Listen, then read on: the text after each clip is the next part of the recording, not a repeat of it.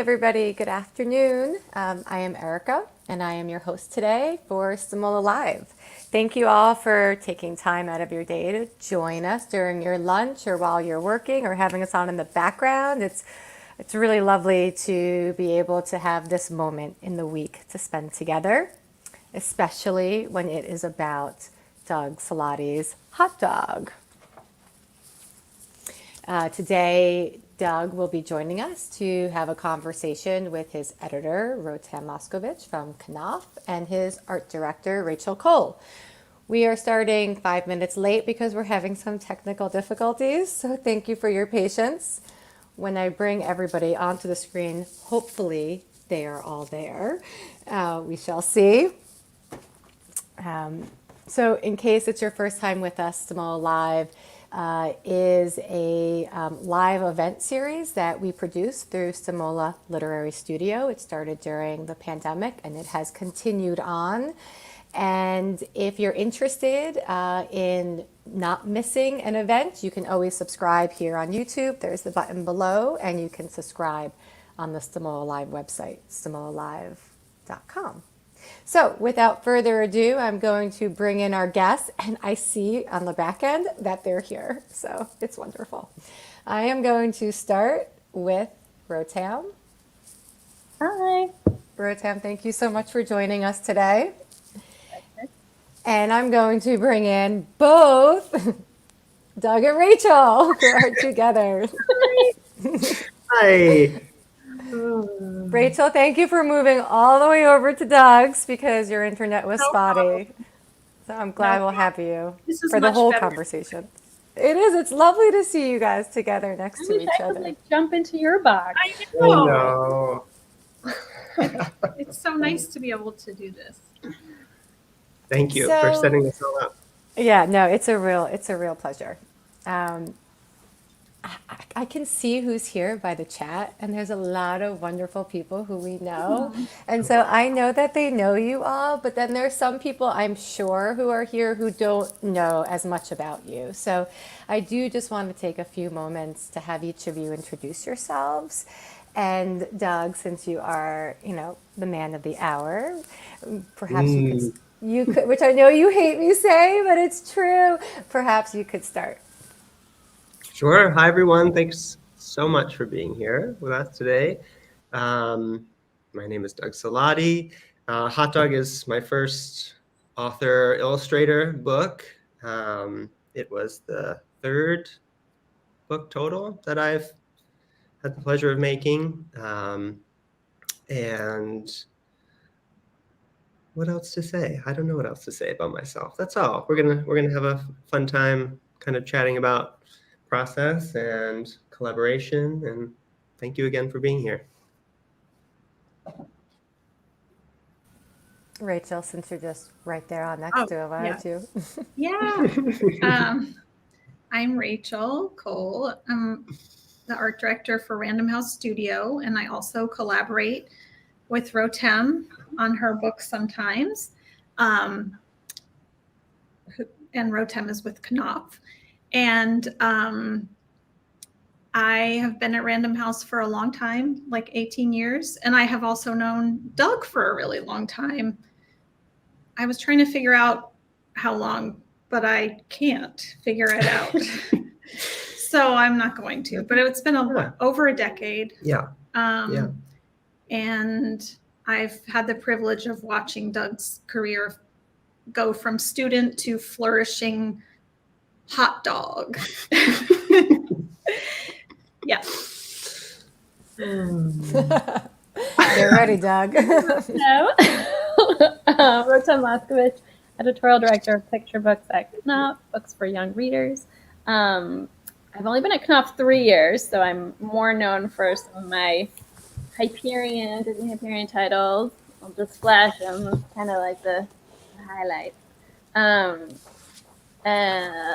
And then of course I worked with Doug on Lawrence in the Fall at Hyperion as well. I think that's it. So you knew each other before going into this book together. I'm trying to think back to my other clients, and that's kind of unusual, especially for a debut book, your first authorial debut. Usually, my clients will be meeting their editor and art director for the first time in that process, unless they've been illustrating for a long time. That happens, too. But I'm just wondering how that informed your process. Do you find yourself being more informal? Does it go faster, or do you find yourself being more polite because you already know each other so well? How does that work? I feel like there's shortcuts, right? Yeah. I think that it was really fun. I mean, there were two things here. One was, there's a little hot dog. One, when Matthew and I worked on Lawrence in the Fall with Rotem, that was our first experience of, how this actually works, the process of publishing a book. So, I kind of was surprised, not surprised, but kind of surprised at it's like, oh, now there's this, and now, oh, we have to consider this, and there's more, and we're not done yet. Sorry. And, so Rotem, really, she was kind of leading us through every step. And so it was kind of great. I think this time around, I kind of knew what to expect a little more. And it was great to do that with Rotem again, with the same person. And Rachel and I have had, kind of this really fun, maybe it's not unusual, but, I met Rachel I saw Rachel at a panel for the graduate program that I wanted to do at the School of Visual Arts. And then I saw that she was teaching a continuing ed class. So I took that class, and that was just a really great experience. It was for me too. And then, Oh, real? Yeah. Go and ahead. Then, you helped me prep to get into that program. And then we got to know each other as friends, outside of all of that. And now we're neighbors. Yeah, I just ran over because my internet connection wasn't working. So I'm just sitting next to Doug instead. That definitely, I love that it helped just to kind of make things a little more personal, a little, I think, easier in some ways. Well, and that SBA show is how I first got to know you too. You pressed this packet of prints in my hand, which is framed downstairs in my living room. And it's just like, I'm going to find out how to work with this guy. And it took us it took a while. We revised Lawrence for I think it was a year before I could sign it up. But then it got there. And yeah, I think there was more of a learning curve with this one, right? And we can talk about this more later with color and the proofing and all of that. And Rachel, was this our first book working together? Are you talking to me now? Yeah. No, well, we started Hot Dog, but then we worked on some other ones that finished, and but I started and finished during Hot Dog. It was the first one that we started together because I remember looking at sketches with you. Yeah. Right when things were shutting down in March of 2020. Yep. And being on my bedroom floor, printouts. And so I think, but Rachel and I had known each other for a long time. And I think that there was all three of us were on every single email. And that's not always the case. We should say, it's a little unusual.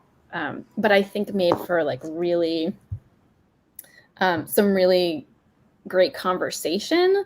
And I think we all had a sense of trust that in the other people's whatever, taste and, experience. And so there was a lot of leaning on each other. I'm kind of thinking this, what do you think? And being, I think that kind of trust and that kind of knowing each other a little bit from before, made us able to kind of be open to that in a different way, right? It's not I had to have a solidified opinion. It was here's what I'm thinking. And it was more of a conversation, which I think, hi, Pup, which I think was really lovely. Yeah. I think for me, I'm sorry. I don't know. All of a sudden, she's demanding the attention. fifth, Anyway, the fifth just, Zoom panelist, I mean, really. it was for me. It was a fun experience to say, I feel really strongly about this, or I feel like I really want to keep that, or Mm-hmm. and that's not necessarily part of my personality. So I think to develop that as a future bookmaker, as an illustrator, just to say, okay, I'm really sure that this is what I want. So I feel like it's like a really amazing process to go through a book from start to finish, It is. and then to get to do it again and again, because I feel like they're different projects each time. You're taking, what you learned from the last one and you're building on it. And you're just like your own skills, your own skill sets of like how you work, how you Yeah. communicate, Yeah. all of that. And Yeah, and I was, when you guys were first talking about what is it like to do your first book, and how there was a learning curve, I was thinking about, well, it sounds to me a lot like having a kid. Like, you would never ever do it if you knew what was really involved. But once you're in it and you're loving it. And then the second one's probably easier, though I wouldn't know, but I'm just guessing. But it just does feel like that. It's like, we're all, for me, I feel like I do approach every project as a collaboration anyway. And I think Rotem does too. And I think you do. I mean, I think we all do. And I expect it to be fun. I want it to be fun because, it's hard. So it should be fun as well. And I think for me, I honestly didn't feel like there were that many shortcuts, because I had this sort of double thing of like making sure that, I don't know, like I overthought a lot of things with like, am I communicating in a way that's both professional and honoring our friendship? Am I, it was, and I feel the same way about you, Rotem. So it's like, it was a little bit, sort of a fun stress. Yeah. Like sort of a fun, like starting at the beginning, and then it just like loosened up completely. Like when I realized that this is going to be totally fine. And of course, like over the years, you get to know illustrators as friends, so it's, yeah. The beginning is that weird, for me, it's like the super fun part. I love starting because it's like everything is possible, and you don't have to make a final decision about what it is, everything's open, what it's going to be. Everything's open. But then at the same time, you're signing this thing up with a major publisher, and you're thinking, okay, well, I haven't really figured everything out yet. So, there's a little stress in that of like, what is it going to be? And so I think there's always those two feelings for me at the beginning of a project. And I wanted to do I mean, part of it is doing a good job for myself, but, I was like, okay, I've got to, do right by your friends. That's right. That's how I was thinking. Yeah, that's right. I was thinking that's what I was trying to capture before, was that it was just like, you want to make sure that you're actually doing right by the people you work with. Why don't we go back further? Because Doug, obviously this started before Rachel and I got involved, and I know I love seeing your beginnings, as you say, like when everything's possible. I was gonna say, I feel like we have to put it up on the screen, because you just want to like look at the art for as long as possible. I mean, I bet 90% of the people who are here just want to be staring at the book for the hour, So, but we'll start with the sketches, since we have there's two I have a whole box of dummies and things at the studio, and if I was slightly more with it, I would have brought that home. But maybe it's easier to just have less. But I met the dog that was the basis for Hot Dog over 10 years ago, and my partner at the time, we took the trip out from New York City to Fire Island, which involves taking the subway to the Long Island Railroad, and then you get off and take a bus to the ferry, and then you take the ferry and you get to the island. So there's all these reveals of each step of the way, and the landscape is changing. And Hank's friends, his friends, are the owners of this original dog, Charlie. And their names are Allison Michael Orenstein and her wife, Simone. And Allison is a photographer, so you can find her online, and she has an account just for her current 2 dachshunds, and it's worth your time. But meeting, yeah, so I think it was a very emotional weekend, like in general, and it's so beautiful out there, so you arrive there, and I was just feeling much more relaxed. I was watching this dog, and you could just tell it was like what a dog is supposed to be like, just super free, enjoying the space, being off leash, and all the smells, so many sensory things. So it was a beautiful weekend. So on the way back, on the train back, I had a sketchbook with me, and I made these little thumbnails. Those are from your ride home? Those are from the ride home on the train. Yeah. And some of those things are still in the book. They're somewhat kind of direct, but those sketches were just kind of this idea of Charlie, who lives in Williamsburg. He lives in the city, kind of just taking this trip by himself, right? So it was just kind of the dog by himself going to the island and then coming back. And then that was it. I started this program, all of these things. It was a big transitional period, in terms of my personal life, in terms of the program, working. And I just had to kind of get through the program. I shouldn't say that, but it was really just kind of like, trying to graduate, and I had the practice of making 2 books that were wordless, that were based in a narrative, and then I graduated, and it was like, okay, that wonderful experience is over, and what do I do now? And then in 2015, I had this amazing chance to spend 4 weeks at the Sendak Fellowship. And I did a lot of things there. One of them was working on Lawrence, and because at that time, Rotem and I had connected. I was working on Lawrence, but I was still thinking about Charlie. So this is a little drawing from then, and that's kind of, and then that was it for a while, and I kind of was focused on making Lawrence and kind of going back to regular life, whatever that was happening at the time. So that's kind of the background.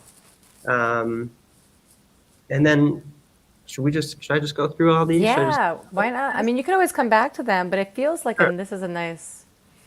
So, and feel free, Erica, to just kind of at your leisure, you can flip through these. But so then, we really figured out through making, I don't know, I think I made about 10 dummies or so, that the dog should have a partner, it should be a friendship, a duo. So I was trying to figure out who this owner of the dog should be and what they should look like. So there's a few slides here that are just kind of different sketches of figuring out, what they were going to be. And I feel like a big takeaway from the program that we were in was, I feel like before I started making books, before I did the fellowship, I just really thought that all these amazing illustrators I love just had the idea in their mind, and then it just like shot out of their arm, Yeah. completely realized, just like poof, perfect. And that was the big takeaway for me in that program was kind of, no, you just have to draw it out, and and then you will find the solution and find the answers. So that's kind of what I did, and then we kind of landed on Lou, or the hot dog. He used to be called I used to call him Lou, but now he's he doesn't have a name in the book. He needed to be horizontal, to kind of be more in line with the horizon of the beach, and I really wanted his owner to kind of be vertical with the city, so there was kind of that juxtaposition from the beginning. And over on the left. I was going to go a little more kind of funky, and but in the end I kind of just did more kind of, what do you call that, dressing block? Color Color blocking. blocking? Yeah, she's color blocking. Okay. She's so believable. I really want to meet her, even though I know. I feel like we've met her. Like we probably passed her on the street. Yeah. She's somewhat based off of this woman that would walk these, who I believe still does walk these 2 Irish wolfhounds around Gramercy Park. And she's just a very tall woman, and it's that's how it goes, right? It's like all of these things that you take in. I don't know, they come in, I don't know if I register them, but they're there. And then when you're drawing, they kind of just slip out, I think that's kind of true for nice. anyone, right? Yeah. I feel like, if things are going well, if things aren't, then nothing comes out. But and then I just thought I would share, there's 2 kind of sequences where when, we were all working together and reviewing kind of I think it was like dummy number 8 was the best one. I did I kept going, per usual, like this happened in Lawrence a lot, I would like keep going, and then Rotem was like, no, like, we got there, like we don't need to keep going here. Let's just pull it back, Doug. And then it was, okay, how do we craft these certain moments to make sure they really have the best punch in terms of pacing and the page turns and, the moments that we wanted to focus on. So, this was one where I feel like I cycled through a few versions of the moment where that big moment where Hot Dog gets just completely overwhelmed. And refuses to. Yeah. No, I was gonna say that I am, I think there's so much of the essence of that was there in what I originally saw. So it's almost harder to like go back and be like, what wasn't there? Like what changed? And there were a lot of things that changed, but the essence was kind of very much the same. Like I remember getting the dummy on my first day at Knopf. Thank you for waiting. And it was a gift. It really was. I was like, yes, starting off strong. And I remember going through it and getting to the page, the Here a Dog Can Run page. That has always just stuck with me. And I don't have the sketch. Maybe you do, but I just have this page. And this was like that moment for me of like, oh, like, yeah, there's something here that's like, there's something here that's working. Not that the others weren't, but just like that lead into it, and then this like release. And I think part of that, like I think one of the decisions you made early on was the like verticality of the city. And I definitely need a print of the post office. I'm like, what side is this post office? And I think that is hi pup. That like really speaks. integral. So good. Yeah, he's like, yeah. That's like a really integral moment, I think, a decision that you made of like, not only is Hot Dog and the owner, like the horizontal and the vertical, but also that like the framed and the vertical city, and then the kind of like horizontal beach, you know, moments of again of that kind of like that release. Like every time Rachel and I went on that ferry, we were like, oh my god. Yeah, that was the sky. goal was, how do you translate that, all those sensory experiences into the picture book format, you know? So like, I guess that's the fun of making picture books every time, right? It's like, how do you translate it into something that has these perimeters and restrictions? And I knew that, okay, then I've got to really, you know, like when you look out the window here, you do not see a horizon line, right? It's not part of the city landscape, you know? So that was a really important structure of thinking, okay, you know, and it's been done beautifully before in many books, but thinking about just how I want to keep things vertical, and then shift to that kind of emotional internal feeling of kind of getting to the horizon line of the beach.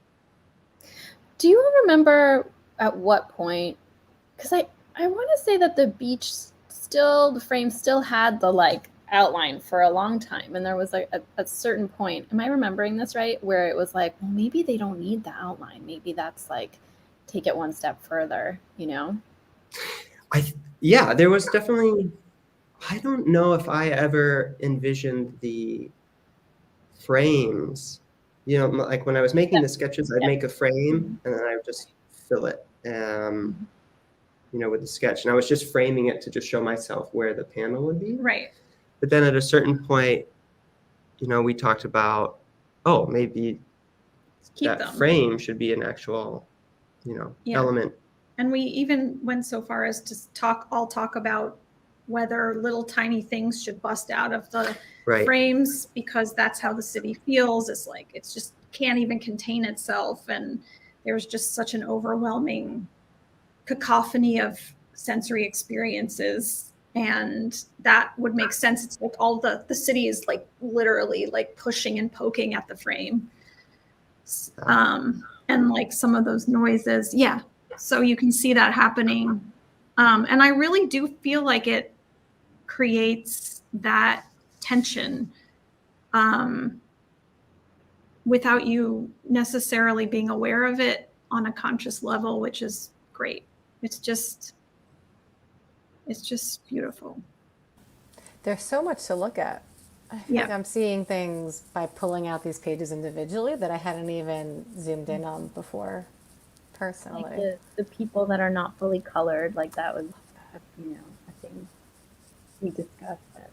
Yeah. I mean, I think my comfort zone is the line drawing, you know, is just the initial drawing. And Doug, do you want to tell them like what your actual like drawing process is like, and like what that versus color? Yeah. There's in the process version, there's a beach sequence that just after this one. So this one, you know, so that was a, you know, kind of a dummy part of it. I like to start with pencil on paper.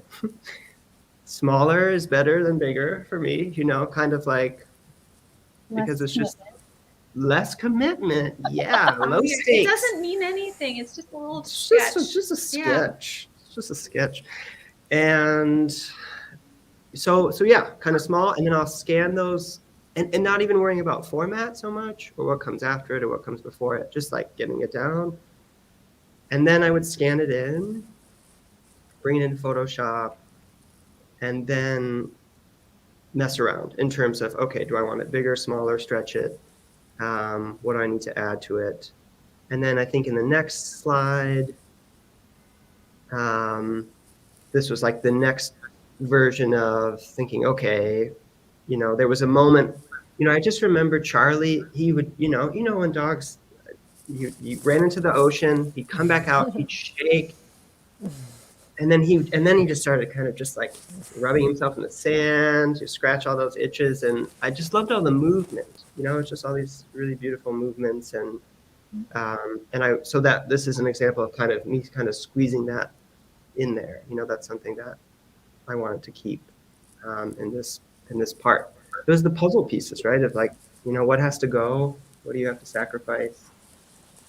Well, I think you and I have talked a lot about divergence versus convergence.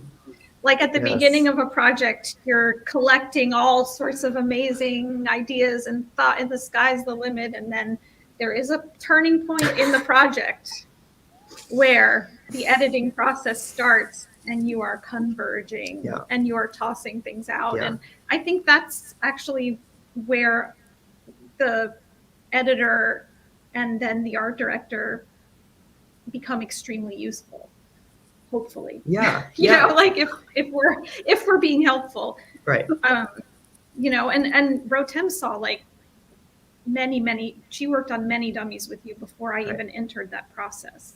I kind of did like a dump in that online folder. It's like, okay, here's what I've been working on, and but then and for me that's crucial. I think I feel like sometimes I can stall out, because I just need the other people to say, the person that's not quite as close to it as you are and doesn't have every image in their head. Like, I think one of the most important things for me is the time in between. Like when it's just with you, I haven't seen it for a while, and then it comes to me and I read it fresh, and I'm not checking it against the previous, at least not yet. So that you have that, like, okay, what's the reaction? How is what you're creating impacting me emotionally, right? And like, I kind of just see myself as that ideal reader. I'm reading it, and like, what's stopping me, and what's taking me out of it, and so my job is just to tell you those things so that you can have that feedback of like, okay, this is what the read is like, and these are the moments that are not quite working, and this is what is, and don't touch it. Don't touch it. There were a few times that did touch it, and I was like, ugh. But then it worked. So, most of the time. It's like, that's true with the text too. Like, you kept tweaking that text. And I think there were like really strong improvements that happened, because especially when you're an author illustrator, you have every moving piece, right? Like, you don't have one static. Like, you can change everything, which is both a blessing and a curse. Right. It's interesting to hear about the text too, because, and we can talk a little bit about this, is like, was there to be text or was there not to be text? I was like, I'm ready for this to be a wordless book, everyone. And those are the projects I did in school, and that was hard enough. I was like, this is hard enough. I think it's harder in a way, like, because you have every transition, you have to say more with the pictures, but you basically had to do that because there wasn't all that much text. There wasn't all that much, and I feel like, Rotem, if you want to speak to that, I feel like you really say well in terms of the benefits of at really making a case for including kind of this bit of narrative. Yeah. I was an advocate for it, and not only because I loved the line, "Here a pup can run." I mean, can you bring your dog anywhere and watch them begin to run and not say in your head, "Here a pup can run"? I mean, for the rest of my life, this is what with the italics. But I think, like, one of the conversations that Doug had and I had about the text was, I felt like it was really helpful, and part of it was guiding us through it was almost like another dimension, you have the heat, you have the visual, but you also it was auditory to me. And so it just added, because so much of this is about the sensory experience. And so to me, it was a way to turn that crank, and to have it also be an auditory one. And so we were, I feel like judicious in where to have the text, how much text to have, whether it should be capitalized or not capitalized, or punctuation or not punctuation, or and how it felt also visually with the art. But then, I think having that beach interlude where there isn't text, it is kind of that like internal, right? Like the internal time for the dog and his owner and his person, where they're not engaging with like everyone else, like kind of impacting them. They're being. And so then that text, I think, also to me felt like the outside world, like coming in at the beginning and at the end. But it feels different, obviously, when you're reading it at the end, once you've already kind of calmed yourself. That was really beautifully said, Rotem. I feel like that, I can get all emotional thinking about it, but You can. I think that's what I loved about going out there, and what I still do love about going out there, or any place. And it's not that I don't feel that ever in New York City. It's just that in New York City, there's always something going on everywhere. All the time. All the time.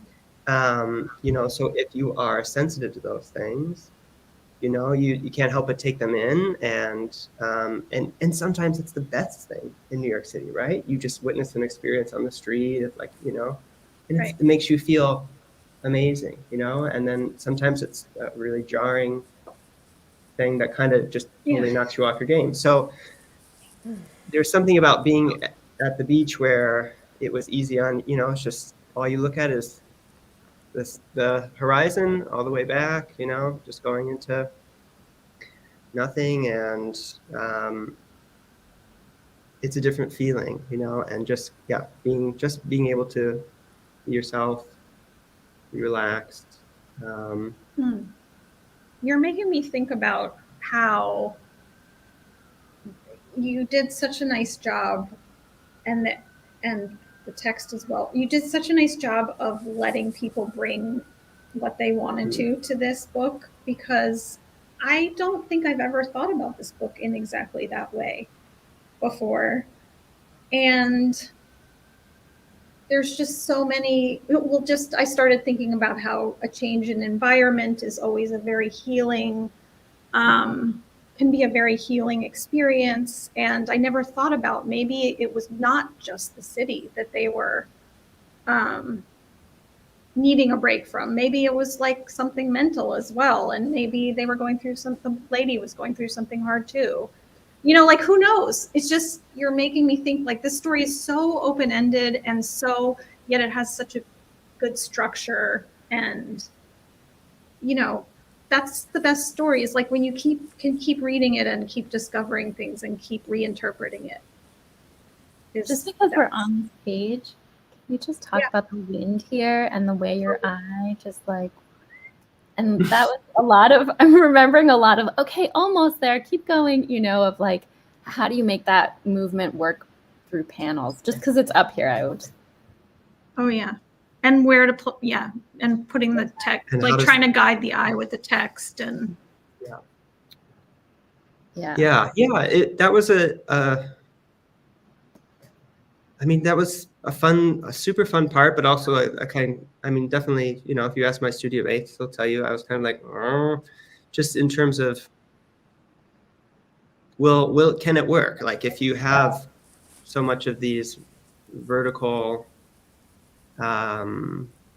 gaps like that, and how it can't confuse, right? It can't confuse the reader. It's gotta really kind of take you along. But sorry. No. Those spaces actually are, I think, one of the more formal reasons that the book feels open-ended. The more visually formal devices that are being used to make sure that people aren't that the art doesn't take up so much space that you can't enter it. Right. And that's a whole nother kind of book. And those books are really fun too. Those just kind of knock you over the head books. But this one is like, there's an open door right there on the page for you. Yeah. In that white space. feel like Rachel was also really good at seeing those transitions and those places where someone might not feel invited in, because she came in like a little bit later and could help with that, right? The like, I remember there was especially with the train, like there were certain transitions that we were like, wait, can we add a little something here? And that was so helpful. So like in that moment to have your there. Yeah, I know so Rachel talk about the woman's apartment, and I would love to hear you talk about it, Doug. It's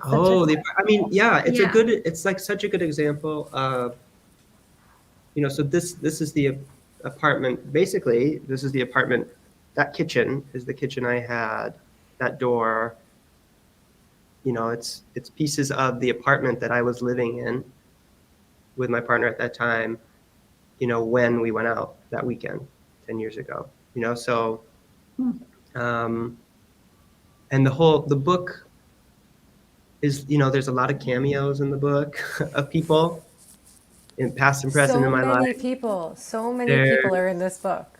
And then, there's just a lot of reference of my New York City, right? Whether it's when I used to work in the Gramercy neighborhood, when I used to go over to Chelsea and past that post office.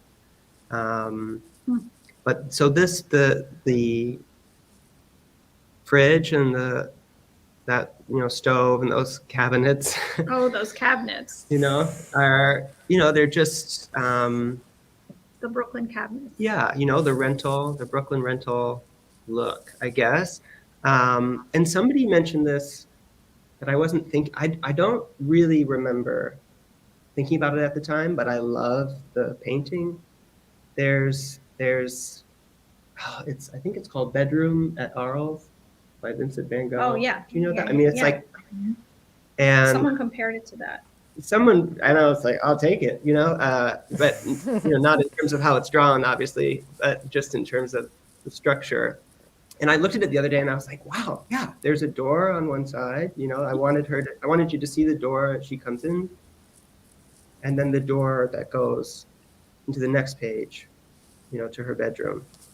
But at the same time, in that kitchen scene, I wanted there to still be the verticality, so I kind of chose that perspective because I wanted you to still be vertical until you got to this page, and then you were horizontal again. So yeah, I don't know. I guess like how much. What I was saying earlier is like, how much are you thinking like, I'm doing this? This is a conscious decision, and I'm doing this, and then how much is kind of just like the coming through you stuff that's just floating around. Yeah. But the fun part is when I think there was the point where you're like, okay, this is the structure, this is the visual rhythm, and all I have to do is follow it. I'll follow what the book needs, or what the book is asking for, versus like pulling it along. And that's a really nice place to get to when you can just follow it. It's more craft than ideation. Yeah. Which is kind of a relief, right? Because your craft. But you may not have known the story until it came into being. Right. Yeah. I wish we had time to read the book aloud, because it's like really, it's hard to like flip through and not just go from like first page to last. And I trust hopefully most of you will either have the book already, or you can get it out of your library, or perhaps you'll want to purchase it from your local indie. But in the interest of time, we did start a few minutes late, but there are questions coming in. So maybe I can move those in and we can address some of them. Sure. What was your process for picking the colors and the color scheme? The way the book vibrates feels so perfect for this tale. Thank you very much. So, one thing, I don't know if I did this before.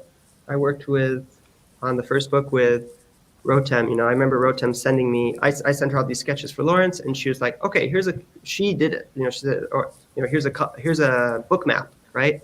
Where you can see it all at once. And I was like, wow, that's helpful, And so I kind of took that and we talked about, okay, maybe we should, I love a good guiding light, so take the time to make a color map. And they were kind of these, when we look back on it, there were these kind of beautiful, like act number 1, act number 2, act number 3, where the city was first, and we knew that had to be hot and bright.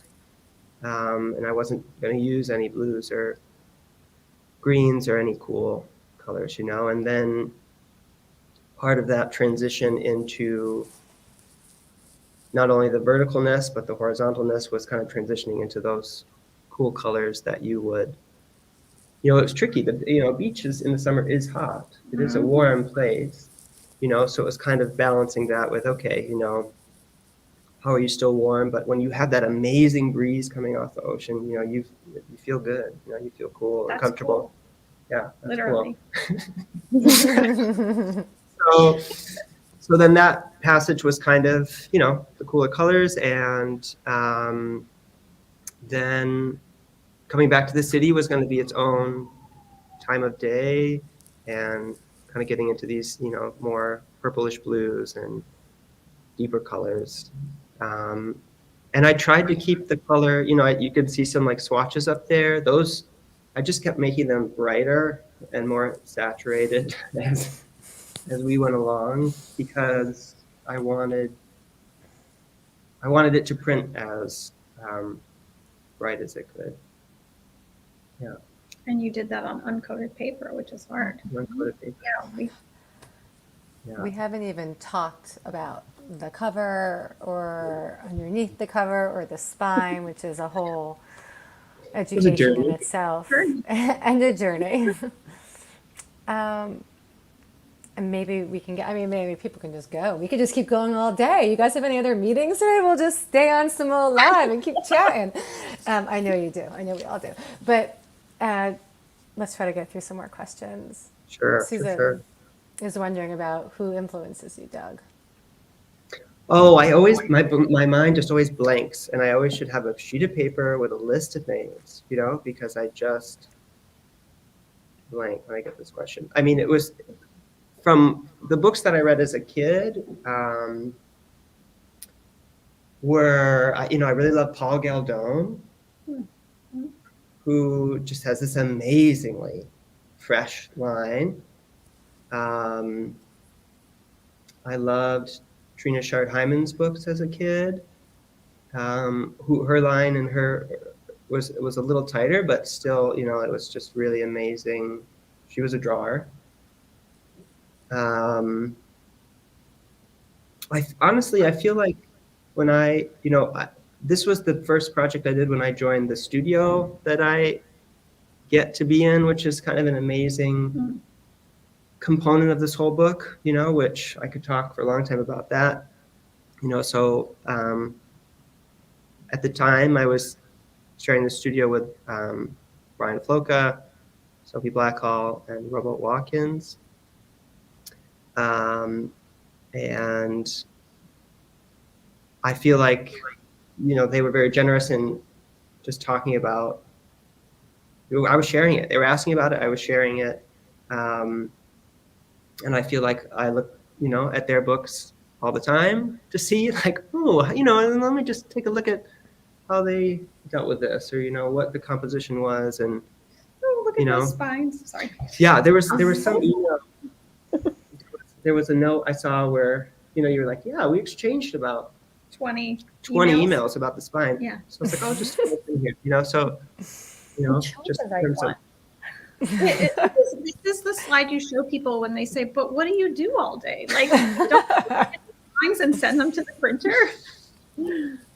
Yeah, sure. Yeah. Yeah, there's so many more. I'm sorry that I'm blanking on more bookmakers. Can you speak on the decision to leave some of the people as outline only? Just like one of my favorite parts. Thank you for that question. That's great.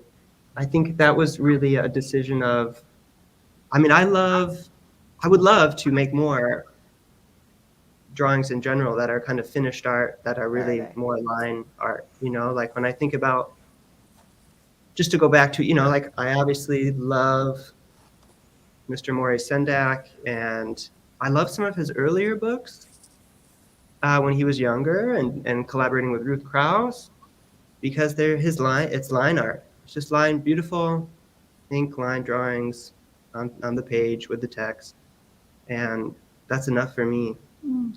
So it was nice here.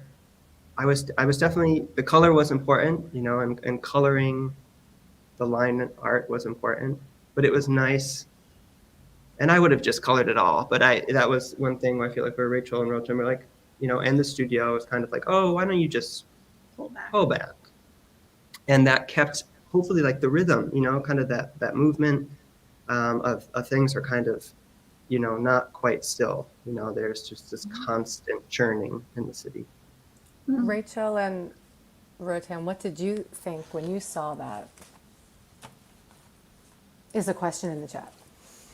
Oh, You want to go first, Rachel? sure. I mean, honestly, I feel like I usually take in the bigger picture first. Like, especially with this spread, is this working? Like, do we understand where she's going? And that was one of the spreads that was like needed a little, like I was trying to think like a person who hadn't been to New York City before. And so just making sure that the readers understood that she was entering a train station, that first she had to get in a cab and get out of the cab, go into a train station, and then like run for the train. So that's what I was focused on. And then it's like much later that I start focusing in on these like details. And I think that these are yet another way to let you, as the reader, be inside of that frame, because, you know, this is what it's like to be in the city. You focus in on certain elements and certain people and certain buildings and not others. And there is a lot of busyness, but I think you, like, as someone who's telling a story, you have to help readers know what they're supposed to be focusing on somehow. And at the same time, still convey busy city. Yeah. So I think, like, for me, that's what those were doing. There was a lot of different devices you were covering there. Right. For the outlined people. Yeah, sometimes filling it all in actually makes everything harder to understand and harder to decipher and to read, because it's not, you know, you don't know exactly where to look. And so it makes it clearer in that way, I think, even just like a purely like reading level and visual level. And then I think it does add like a nice movement and energy. Fred is wondering about the rocks on the windowsill. I was so excited when I saw the rocks on the windowsill because I have so many rocks on my windowsill. Yeah. We all have I have rocks my on little our trail. windowsill. Yeah, Rocks we do too. right Same- over there. Same thing. So is that supposed to indicate the number of trips they've taken, or were they all taken that day? Well, that's a really great question, because my you know, what I was thinking when I was drawing it was it's the rocks. You know, Hot Dog has that little white rock that he carried all the way back on the subway near him, and then the rest of those rocks are on the windowsill are the ones that she put in her bag on the beach that day. Oh. But I counted them, right? 1, 2, 3, 4, 5, 6, 7, 8, 9, 10, right? There's 10. And I was like, oh, well, that's the 10 years it took me to make the book. So Aw. it can represent that. For me, that's, yeah, it's kind of a nice coincidence. And to that end, are there any chances of a winter escape story Oh, up to the well, mountains I will from the tell city? you that there's a fun game in the studio that everyone likes to play, which is let's title the next sequence series of Hot Dog books. And Chili Dog has come up Chili as dog. a potential title. I believe that's Brian Floca. Amazing. Credits up. Genius. Yeah, we'll see. I don't know. And I just want to point out that that woman in the last slide Yes. that's not here, Carol Naughton, is, you could not ask for a better production person. She is just, I mean, everyone at Random House Children's is, they're amazing production people. The way that she cared about that color, and the way that she, you know, I later found out, she said, I didn't want to tell you till this was over, but I rejected a jacket before you guys saw anything. Have I ever told you guys that? No, I didn't- what? Yeah, I mean, she's just like, I wasn't supposed to tell that, maybe. I don't know. To all the people here. Nobody's watching at all. There's nobody here, don't worry.